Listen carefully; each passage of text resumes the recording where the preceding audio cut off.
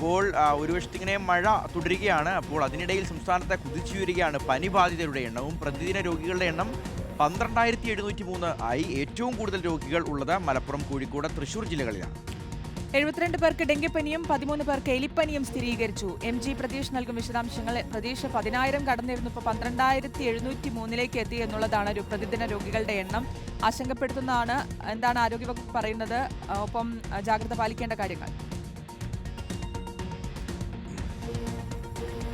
ശ്രുതി, ഓരോ ദിവസം കഴിയുന്തോറും പനി ബാധിതരുടെ എണ്ണത്തിൽ വലിയ വർധനവാണ് ഉണ്ടാകുന്നത്. തുടർച്ചയായി 10,000-ന് മുകളിൽ പ്രതിദിന പനി ബാധിതർ ഉണ്ടാകുന്നു. ഇന്നലെ മാത്രം 12,703 പേർ വിവിധ ആശുപത്രികളിൽ ചികിത്സ തേടി എന്നതാണ് ആരോഗ്യവകുപ്പിന്റെ കണക്ക്. പനിക്കൊപ്പം തന്നെ പകർച്ചവ്യാധികളും പിടിമുറുക്കുകയാണ്. ഇന്നലെ 256 പേരാണ് ഡെങ്കിപ്പനി സംശയിച്ച ആശുപത്രിയിൽ എത്തിയിട്ടുള്ളത്. ഇതിൽ 72 പേർക്ക് ഇന്നലെ ഡെങ്കിപ്പനി സ്ഥിരീകരിച്ചിട്ടുണ്ട്. 13 പേർക്കാണ് എലിപ്പനി സ്ഥിരീകരിച്ചിരിക്കുന്നത്. ഡെങ്കിപ്പനി ബാധിച്ച ഒരു മരണം കൂടി ഇന്നലെ റിപ്പോർട്ട് ചെയ്തിട്ടുണ്ട്. പാലക്കാട്, കോഴിക്കോട്, മലപ്പുറം ജില്ലകളിലാണ് ഏറ്റവും കൂടുതൽ രോഗികൾ ഉള്ളത്. ഈ വരും ദിവസങ്ങളിലും പനി ബാധിതരുടെ എണ്ണത്തിൽ വർധന ഉണ്ടാകുമെന്നതാണ് പ്രധാനമായും ആരോഗ്യവകുപ്പ് പറയുന്നത്. ഈ പനിക്കൊപ്പം തന്നെ ഈ ജലജന്യ രോഗങ്ങളും പടരുന്നുണ്ട്. നേരത്തെ ഷിഗല്ലയുടെ കാര്യം പറഞ്ഞതാണ്. അതിനൊപ്പം തന്നെ വയറിളക്ക രോഗങ്ങളും സംസ്ഥാനത്ത് കൂടുതലായി റിപ്പോർട്ട് ചെയ്യുന്നു. 3,500ഓളം പേരാണ് ഇന്നലെ മാത്രം വയറിളക്ക രോഗങ്ങളുമായി ബന്ധപ്പെട്ട് ചികിത്സ തേടിയിട്ടുള്ളത്. അതുകൊണ്ട് കൃത്യമായ